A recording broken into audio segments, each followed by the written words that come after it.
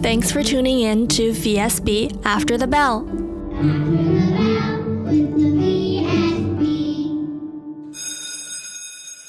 I'm your host, Gianna Chow. VSB, otherwise known as the Vancouver School Board, is located on the unceded traditional lands of the Musqueam, Squamish, and Tsleil-Waututh nations. The district is among the most diverse school systems in Canada, with an annual enrollment of just under 50,000 students, from kindergarten to grade 12 and adult education students.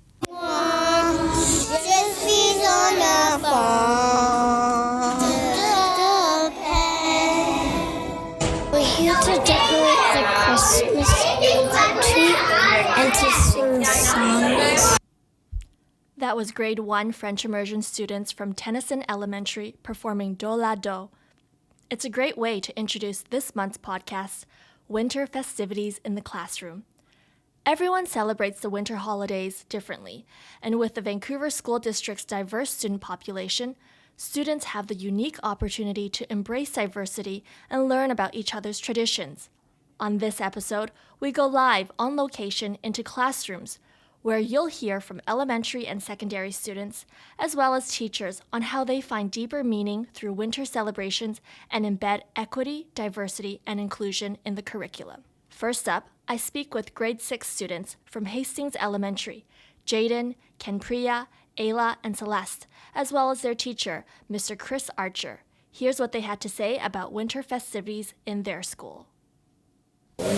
Writing some letters to Santa Claus. Oh. And making some branches. It's going to be on the announcements, the Santa Claus letters. But we're not writing to Santa Claus about like our regular demands to Santa. Nope.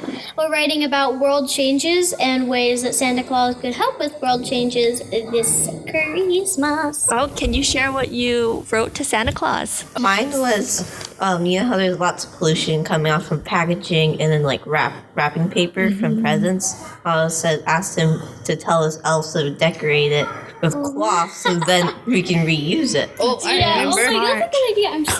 I wrote mine about abortion, about the United States making abortion illegal. Right about, water pollution, how we just sometimes just do. That's what Natasha's doing too. Really? Then I'll change it to world hunger. I'm still working on mine, but I've decided to write about, and I get this quite often, discrimination towards people with disabilities. And I feel like it's something that shouldn't, why would you be discriminated to somebody who is just a little bit different than you are? Can you tell me a little bit more? Why would you get that? Well, as a child living with type 1 diabetes, I've experienced many forms of discrimination towards my disability, and it's very challenging. And I feel like the more the people are aware of it, the more that we could reduce it. Mm-hmm. And is that what you told Santa? Yes, I'm still writing my letter, but, I'm actually writing to Mrs. Claus, because the women should be in charge for a change. That is, I like that idea. That's very good. And I thought like world hunger now, because I kind of water pollution is hard to explain, so world hunger it is. I just feel like, after the Ukraine and Russia war, Russia is like blocking some sources of Ukraine to send wheat to, or not taking control. Yeah, it's stuff like that. Yeah. So I think a lot of people are just having lack of food and kind of shelter also, but not like Heavy topics for Christmas. I'm gonna say I'm actually very impressed. You guys know all the current political affairs that's happening in the world. I don't understand why Russia wants Ukraine when they have like a huge country. I listen to news like not every night, I'll say maybe every second night, with stuff with my dad and everything, and plus media and social media, something like, you just on TikTok and someone just comes like, so this is happening in Ukraine and this is happening in this country, and I'm like, okay, that's pretty interesting. So people usually be like, TikTok is bad for you, Instagram is bad for you because it just drains your brain and like stuff like that, But I'm like, if you use it right, you can get a lot of information from it. I see. How about you guys? My Mr. Archer, our teacher, said that Santa isn't real. I didn't said know that. I said that. Yeah, but then he said so. I didn't know that. I'm like, this is so sad. I still think he's the guy at the Costco because his name tag says Leon. That spells backwards is Noel. I give him my letters. Now I realize, am I giving a random guy my Christmas letters? At Hastings Elementary. So, Chris, the topic this month is about winter festivities, and there's a lot to celebrate, a lot to recognize and acknowledge. How do you navigate that in your classroom? Well, the first thing I talk about is why do we have Christmas? So I bring up the origin of Christmas, that it's actually the word Mass. So, well, why do we have Mass? Because Christ wasn't born in December. So we talk about the word Mass. It was actually the darkest times of the year. So throughout Europe, people would gather because it's the darkest time of the year. They found this is a really good time to have a celebration, the solstice and all that. So I tell them it's not really about religion. It's originally far older. Everyone would mass together and give gifts, have dinners, celebrations, just to cheer each other up. Long, dark days. So that's what tie them all in together that way. I didn't know that. Thank you for that. Learn something new every day. That's what our teachers do. So I get rid of the whole religious context, not disrespecting it. I say, say Jesus was actually born in the spring, and biblical scholars, everyone confirms that. But they chose the biggest party of the year not to sort of take it over, but to complement it and celebrate. So I don't want to focus it on to take away the Christianity part of it. But it's also a nice time. There's the Diwali. I have a student that celebrates that, and that's a similar celebration of light as this season, the year gets darker. And then there's also the Hanukkah we acknowledge in the beginning. It's around the same time when things are really cold, and it's a good time for people to be human together. So what do we do there? So I'd like to do Santa letters. So it takes away the gift giving element of it. Our Santa letters, I get them to think of one world problem and one Canadian problem for them to wish I call it the supreme being, Santa. How could Santa help this problem? And not just say, please fix it. Have some solution. What could he do? What could be done? So they've been working on those, and it takes them out of it's all about gifts and stuff. And it pulls them out of at this age level, grade 6, 7, they can become more aware. And of course, Santa's not real. So I will say yes, definitely. In talking to them, they brought on some pretty heavy topics, and it was very enlightening, but also as a parent myself, proud to hear that such a young kid knows about things like abortion, understood the Ukraine war. So yeah, good for you. And I will say though, one student did say, Mr. Archer told me that Santa is not real. So you might have popped their bubble a little bit there, huh? No, they know that. But that's pretty funny.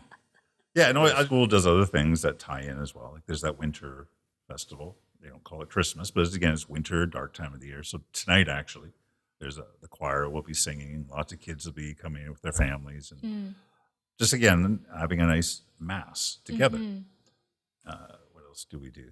The togetherness of the holidays is really kind of the backdrop of the reason why we have these celebrations.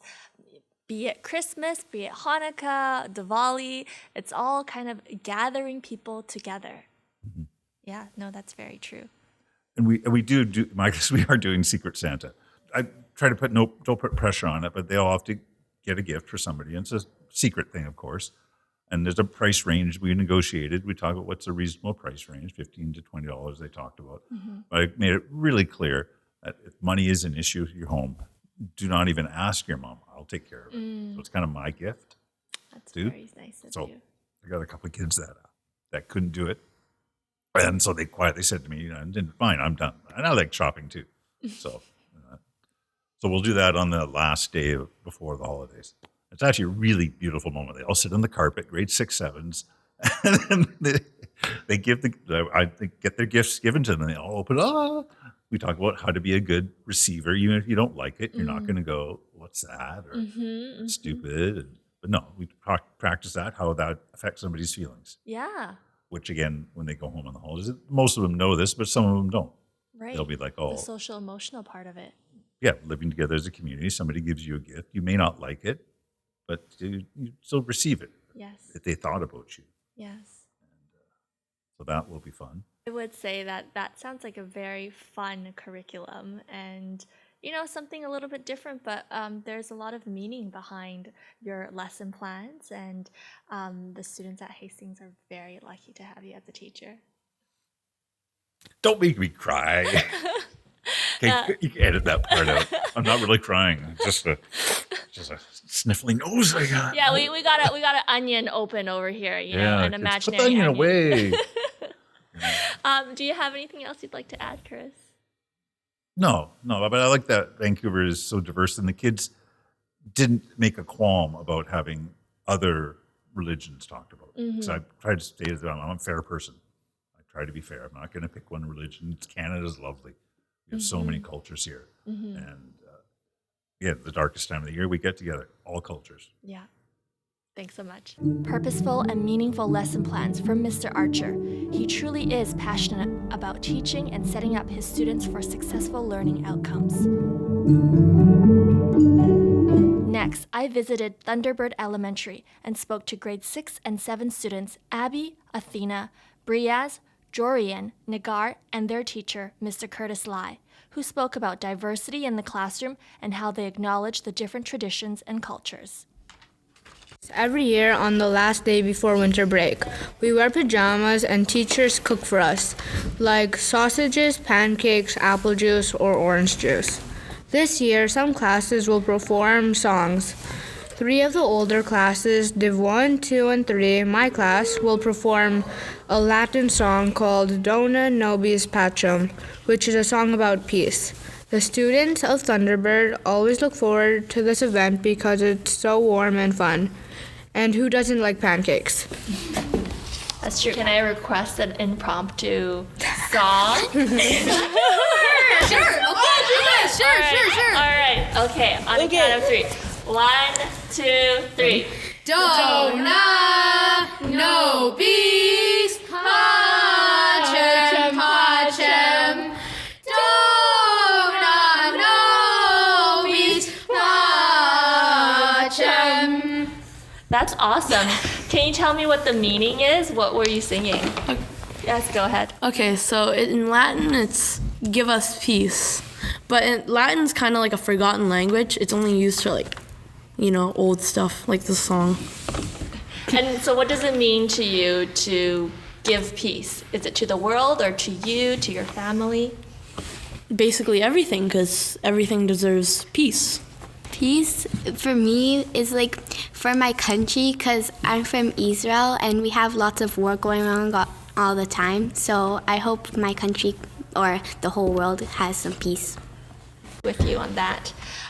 Anyone else want to let me know what they're doing in their classroom or at the school? Okay.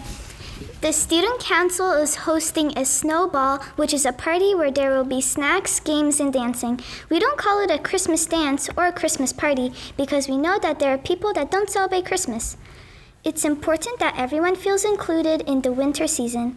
We also make sure that the decorations around the school represent multiple ways of celebrating. As I mentioned, I'm from Israel, and I'm a Jew, so I celebrate Hanukkah, and lots of different people celebrate it differently. Like really religious people are gonna do different stuff, but I don't take it that far, but I still celebrate with my family and have fun. In classes and in our announcements, we acknowledge every different celebration that we do, over the time that it happens. Do you remember some of the celebrations? Some of the acknowledgements? So we usually, on a daily basis, we acknowledge different stuff for the First Nations and Inuit, and in classes, we talk about different stuff, different classes might be talking about the winter, what's it called? The winter No, the Winter solstice. Yeah, winter solstice. And some classes will be talking about different traditions, and maybe some people will be talking about Christmas. But like, it's very diverse. Do you guys have anything else that you'd like to add? No? Yes? Well, at Thunderbird, it's not just like these festivities. It's just like the mood. Like, there might be decorations up. We might be talking about, like, we might like read some stories. As we said, we sing some songs. It's just the feeling. It's just Christmassy. Does that what type of feeling does that bring you? A little bit of warmth, even though it's very cold outside. It's just, you know, you can talk. You're not alone. Just feels good. Peaceful. Thank you very much for this. We've heard from your students, you know, you're recognizing Indigenous people, you're talking about Hanukkah, you're talking about other types of cultures and traditions, and what's the importance of that?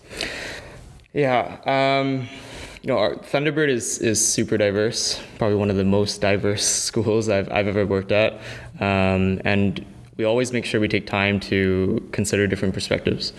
We seek stories, we amplify voices that are typically silenced. So you'll see our classes all throughout the school doing all sorts of reading and learning about the winter solstice and how that's sort of permeated through different cultures. In different ways as well. And thanks to Vancouver's core competencies, or BC's core competencies, the kids really understand that social awareness and responsibility is a non-negotiable. We need to learn about different cultures. We need to have that not only sensitivity or tolerance to other people, but an appreciation for other cultures and other ways of being. From the language we use, from the representation we have in the stories that we read, the books in our classrooms, the books in our libraries, the decorations around the halls, we try our best to always work from a place of inclusion, decolonization, anti-racism, equity, in everything that we do. Can you name some of the cultures and traditions that you're teaching your kids in the classroom? One of my students is Abby, who you've heard from, and she is Jewish, and she loves sharing what she's doing at home. She is one of, I think, only 2 Jewish kids at our school. So for her to be sort of brave and confident enough to actually share that piece of her when everybody else around her isn't aware of that culture is amazing, because we have these opportunities for discussion in class. We have opportunities to share in class. And it's just a really beautiful thing when we have these discussions back and forth, not sort of a competition in terms of like, oh, mine's better than yours, but it really has been, and I've seen this in the past few months, that it's been really, really nice. It's been a nice space to share. What's that response that you see from students who are not, say, Jewish, and they're learning about a different culture? How do you see the students, and what's their engagement level like? They're intrigued, and the way of teaching nowadays, it wasn't like that back when I was a kid, but the way of teaching nowadays is very student-centered. It's inquiry-focused. So if students are curious, if they're asking questions, if they're showing intrigue, then I tend to lean into that and roll with that, and maybe we'll restructure our lessons for the next week and go into more of what they're asking about. And I've seen this sharing of culture in my classroom and throughout the hallways turn into really, us becoming better versions of ourselves, more diverse versions of ourselves. I'm seeing language being shared as well. We have a lot of Arabic-speaking students at our school, and those words and those phrases that sort of they're bringing into our classroom, they're teaching us, they're teaching me, I'm teaching them, everyone's teaching each other. So it's really nice. That's amazing. Yeah, it's just, for me, it makes me so happy to hear, as I have 2 little ones who are just about to enter the school system. And I know when I was growing up, there wasn't this kind of inquiry-based teaching. It was very strict, this is the curriculum, you have to follow it, and the students had to suit the curriculum versus the other way around. And this inquiry-based, can you tell us a little bit more for listeners who are not familiar with this new way of teaching? Yeah, I think from my perspective, at least, the classroom needs to be their space. It needs to be the student space. I have very little control over what happens at home, but I do have control in terms of how our space is run and how kids feel in my four walls of my classroom. So if they are able to share their stories, and if I am able to use that and guide my program to teach them the same skills that we would be aiming for anyways, why not do that, right? It'll sort of increase investment, it'll increase accountability, and increase retention of facts that they're learning, and it just makes them a little bit more sort of, I guess, caring about their own education. And I've seen that, especially because I teach the intermediate grades. They're able to articulate their thoughts. They're able to use the language from the curriculum in their everyday lives now. We can see here that Mr. Lai leverages the winter festivities as a backdrop to talk about diversity, equity, and inclusion. This was also conveyed by grade 5 Nightingale students Adrian McDonald and XL Wong and their teacher, Miss Katrina Wong. At school, we sang songs for the pack, and in our class, we are going skating. We are designing gingerbread houses, and on the last day of school, we are sharing stories. How about traditions or cultures? Have you guys learned any of that, the different traditions and cultures? We learned a little bit about Hanukkah. I can't remember what another one's called, but it's an African one. Kwanzaa? Yeah, Kwanzaa. Can you tell me a little bit more? What did you learn about Hanukkah or Kwanzaa? In Hanukkah, I learned that there's 9 candles and you light one every day. For Hanukkah, I've been to one of my mom's friends' Hanukkah parties where we played with dreidels and won different chocolate coins. So, there are many religions and cultural holidays and celebrations, as we heard from Adrian and Axel. They're learning about Kwanzaa and Hanukkah. How do you decide which festivities to teach? Well, first it's about acknowledging that there are different celebrations during this time and that not everybody celebrates a certain way. Even this time specifically that we call the holidays, and now have kind of changed the language to winter break and something more general. And so firstly, shedding awareness on students and letting them know that different cultures, as well as different families, celebrate this time of year very differently. And I give my students a chance to share what they celebrate specifically. We do written journals, and then we have a dialogue in class, and we get to discuss some of the things that come up. And it's really unique because what some of the students say, other students are really inspired with as well. And so they might start to get an idea that another family does and say, hey, I actually want to do that too. And it doesn't necessarily have to be attached to a specific culture, but it really is just about celebrating what this time really means for them. Can you share some examples that you've seen in the classroom? With some, so recently there was Sinterklaas, and a student brought in some treats to share. And what they do for that Dutch holiday is they place little gifts in wooden shoes. And some of my students said, oh, well, I'd like to have that too, and have small gifts that I'm going to give to my family on particular days leading up toward the winter break. So how would a lesson look like for parents who are interested to know, how do their kids learn nowadays? We might start first by reading a story, and stories have a great impact on children in where we can either share something that is more fictional or non-fictional, specifically about a holiday, and then go about writing and reflecting where students have an opportunity to critically think about what it means to them, how it impacts them, and why it's important to them. So drawing and referencing back through the story and what they've heard. Stemming from there, I guess another lesson could be studying that specific culture. So not necessarily just the holiday, but exploring where that might be on a map and extending their thinking toward specific cultures so that they understand the diversity of it.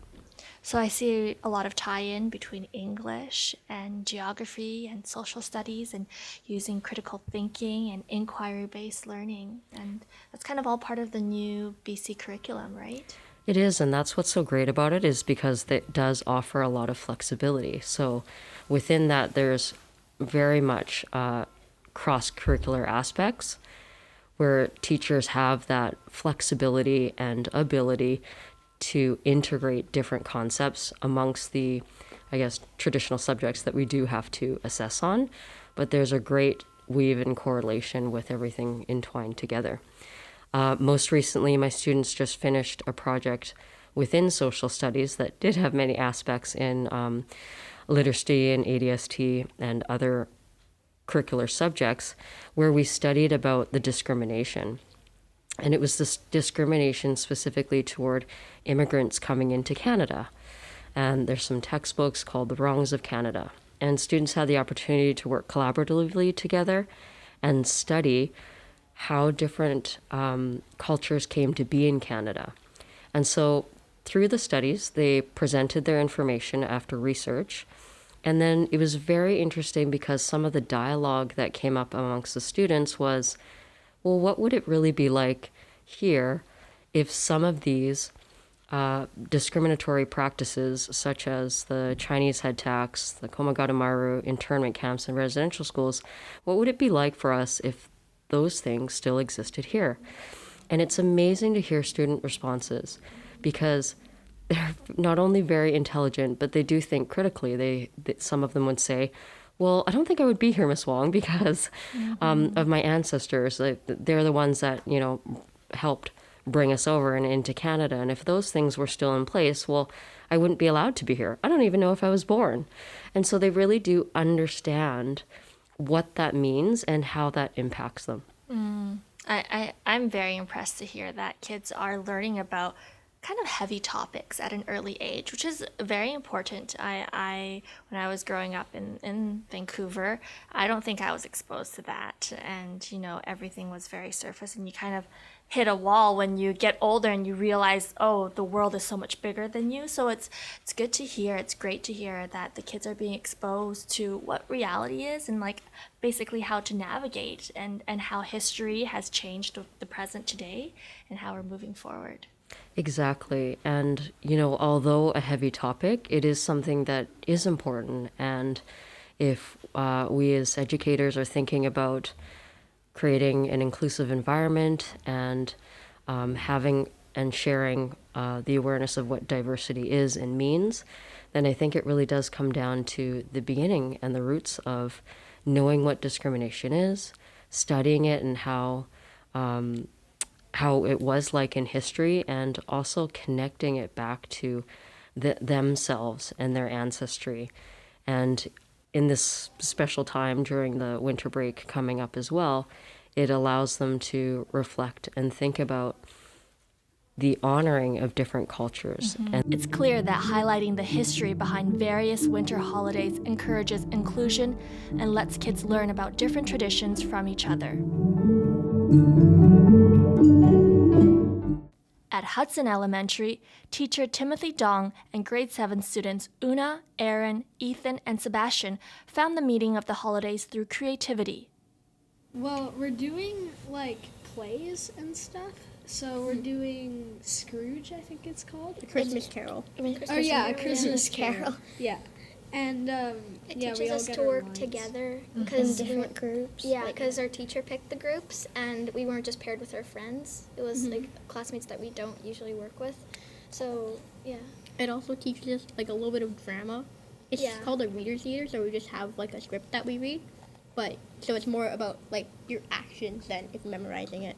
It's a cool thing to learn about other people's traditions and what they celebrate. Why is that? Tell me why it's cool. I just think it's interesting to see what everybody's doing. Except for me, it's Christmas, but there's so many other holidays that you can celebrate in the winter. So I was surprised by that. Do you guys have anything else you'd like to add? Well, when you learn about different holidays, and how different people celebrate different things, you kind of you open yourself and your mind up to like different ideas and different things, and it's not just about one specific. So, Timothy, the topic for this month on our podcast is about winter celebrations and how to be inclusive because there's so many cultures and traditions to acknowledge, to celebrate. How do you ensure that is done, and how do you weave that into your curriculum? I think just creating the space and opportunities for students and families to come in to share their stories, like some activities where students can bring their own stories or artifacts from home to just highlight things that they do at home. And I kind of, as a Chinese Canadian, I use the opportunity in my classroom to talk about my own culture, like the winter solstice coming up. And later this winter, we have Lunar New Year. And at first, coming into the profession, I wasn't quite sure how families and students would respond to me talking about myself and my own culture, but they've been really receptive, and seeing families outside after school and whatnot, before school, they tell me like, hey, they came home and told me all about this, and we hung up the signs that you made at school and telling all about the stories.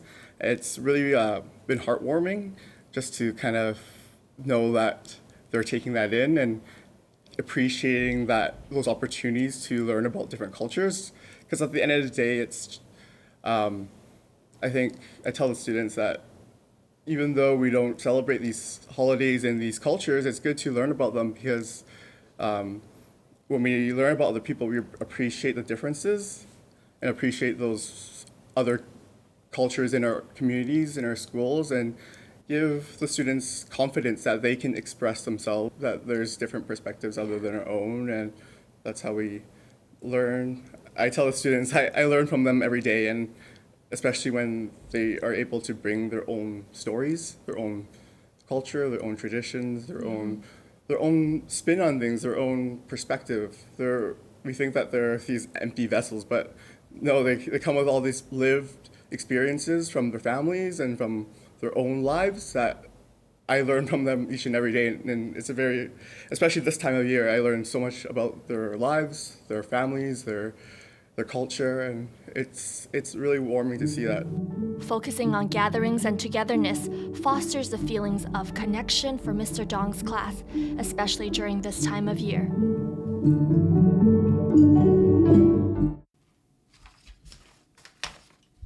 High school students Hans, Tiffany, Paige, and Mia from VDSC offered a secondary perspective on how they are learning about winter festivities in the classroom. We're part of VDSC Student Council, baby! And what does VDSC represent? What does the acronym mean? VDSC stands for Vancouver District Students Council, and we're a committee of dedicated student representatives from all 18 secondary schools and 22 alternative programs in the Vancouver School Board. That's awesome. So you guys are all from different schools, and you're connected to each other through winter festivities at your school or in your classroom. Mm-hmm. At my school, Van Tech, we're holding our holiday hamper drive, also known as the Canley Cup, with the district, where we compete against all 18 secondary schools for the Canley Cup trophy. The highest student-to-can ratio of all the schools will win the Canley Cup trophy. And how many people usually participate in the Canley Cup? Usually many students participate. There's not an exact number, but last year the top donors were Van Tech, having 45,000 cans. Oh wow, that's very amazing. And that's 30.8 cans per student. And who do you deliver the cans to? Last year, Van Tech, we delivered all our cans to Van Tech families that are in need, so all our proceeds went back to our school community, but a bunch of schools also donate to McGee, for example, they donated to Project Hastings, and I think 13 out of our 18 secondary schools are donating to the Greater Vancouver Food. Are you guys doing anything in particular in the classroom as part of the curriculum at all? How about you, Paige or Mia? I think for us, we do a lot of just like recognizing the different holidays that are going around, especially in this time. So like Christmas, Hanukkah, all the other ones. And I think just learning about like how they started and their significance behind it, so that we really understand like the diversity in our community. What's your favorite, or what have you found the most interesting in learning about the different cultures and traditions? I think one thing for me is that I know for my family, we don't necessarily celebrate Christmas, but we do a lot of like giving with other families and just celebration. And it's nice to see that all of the students also have different traditions within their families, and just to see that there's not really one set way to celebrate. Whereas for my school, I know it's really diverse, so there's always like something new that we can learn. When it comes to the classroom, I'm currently enrolled in a French class. So in our French class, we've been learning about different holidays in various Francophone countries. So we're currently reading a book about Guinea, and specifically they celebrate something called Moisson de Riz, which is in December. So it's like a cultivation kind of festival. And I think given that Vancouver is such a diverse city, there isn't really a set way to celebrate. So it's very fun just learning about how what each family does. I will tell listeners right now that when Mia started, impressing us with her French, her fellow VDSC colleagues were so impressed. They kind of had a silent scream. So for listeners who can't see, there's definitely excitement in the room. All right, guys, do you guys have anything else to add? For all the folks at home, I wish you a great winter break, and I hope to see you guys in the next year so we can be more friendly to each other. Are we not friendly already? I think we are. Yeah. I just want to be more friendly with everybody else, because I feel like during this winter, like before winter break, I feel like it's just more, I think everybody's more stressed. Yeah. And I don't think so that everyone's just like trying to get together, and I feel like everyone's just like boxed off. So I just have a feeling that after winter break's over, I just hope everybody's just like doing okay. So for everyone who's just cramming tests and missing out on social gatherings, it's all right. Do your thing. I just want to remind you guys that there's a uni app. Don't forget about uni applications. I swear. I'm doing that too. So I just hope that you guys are just on top of your game. I'll see you guys next year. Okay, good reminder. Thank you, Hans, for that public service announcement. Thanks, guys. Thank you to the students and teachers at Tennyson, Hastings, Thunderbird, Nightingale, and Hudson Elementary, as well as the Vancouver District Student Council for taking the time to be on the podcast. I hope this gave listeners a bit of insight on how students learn and how teachers teach during the holidays. For me, it was clear that underneath the festivities, the spirit of generosity, connection, diversity, and inclusion acted as the foundation for the winter season. We have a reoccurring segment on the show called Matter of the Month, where we address the most talked about topics. Since the last podcast, the Vancouver School Board voted to reinstate the School Liaison Officer Program, also known as the SLO program. It's safe to say we had a lot of public interest, which, to be honest, is quite a polarizing topic. As this was a board decision, I've invited Victoria Jung, VSB Board Chair, to talk a bit more about why the decision was made. Thanks for being here, Victoria. My pleasure. So before we get into it, can you give us a bit of history about the SLO program for those who are unfamiliar with it? Sure. The program started in 1972, and it's a program between the Vancouver School Board and the Vancouver Police Department. The idea and goal of the program is to have a police presence in schools so people do feel safer, and it's a resource for both teachers and students. In 2020, the acts of racism and discrimination involving police in North America really elevated the collective consciousness and concern about police presence in schools. Through an engagement process, the Vancouver School Board voted to discontinue the SLO program as a result of these concerns. It's been a year since the discontinuation of the program. Why bring police back in schools, and why now? I would like to acknowledge this is very polarizing, as you mentioned, and thank those who did come forward with stories and their views. We did hear from a great deal of students who felt uncomfortable around police presence. We also heard through delegation teachers who would really like that, to have that resource back. We heard from an Indigenous grandmother who would like her grandkids to have a good relationship with cops. And we also heard from community members who have been, who went through the system, and an SLO officer helped them get out of violent situations, or, get out of being recruited for gangs. We did hear from a great deal. As I mentioned, over 80 delegates, hundreds of emails, and lots of word of mouth comments and social media. So thank you to everyone who did engage, and also the 2021 engagement report gave a great deal of information as well. So you mentioned the delegations and the engagement report. In those avenues, we also heard a lot of concerns about bringing cops back in schools, like you said, especially from the BIPOC community who felt marginalized by cops. What do you have to say to those students now that now that the board is reinstating the program? The new SLO program will be reimagined. We are taking all of the information that we did receive. So our intention of the new program will reflect all of the thoughtful input from both the SLO engagement report, but also those from stakeholders and the community.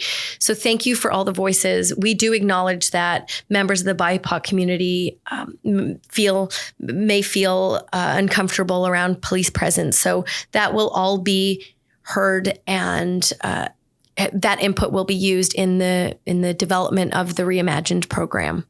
What about consultation? Will there be further consultation before the program is reinstated? The intention is to have the new program reinstated in September 2023, and the program will reflect the voices and views that we did hear from the community through delegation, through emails, but also the 2021 engagement report. So there has been a great deal of engagement over the last year, and especially the last couple of months. And so thank you to everyone who did share their voice. Okay, so what will this new SLO program look like?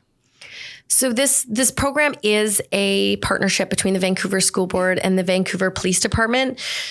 So as we begin the process, we will work along with the Vancouver School Board, but with the Vancouver Police Department to build the program out using the input from both the engagement report and the community, which includes students, teachers, and the parents of those students. And who's paying for this? Because we all know the Vancouver School Board is in a budget deficit right now. How can the school district afford to pay for police in schools? So historically, the program was paid for by the Vancouver Police Department, and it will also be paid for by the police department moving forward. This, thankfully, is not a cost to the Vancouver School Board. And because of the partnership, we're able to work with the Vancouver Police Department to facilitate. So really, we should expect a new program in 2023 that's reimagined, that the school board will be working with the VPD, and it will incorporate all the voices of those who are in support of the program, but also those who had concerns about the program. Absolutely. Absolutely. So the district staff will provide updates about the new MOU as it's being developed, and so that will go directly to our Vancouver School Board Policy and Governance Committee, and we will make information available to the public as the information comes up. Well, I look forward to seeing what the reimagined program will look like. Thank you for joining us today, Victoria. Thank you for having me.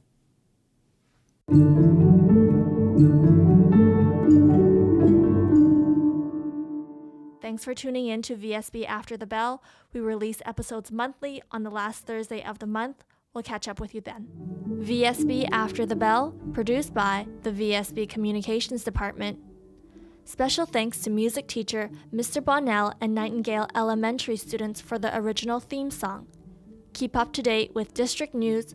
Follow us on Instagram, Twitter, and TikTok at VSB39, or Facebook, LinkedIn, and YouTube at Vancouver School Board. And don't forget to subscribe to VSB After the Bell on Apple Podcasts, Spotify, or wherever you listen to podcasts. After the bell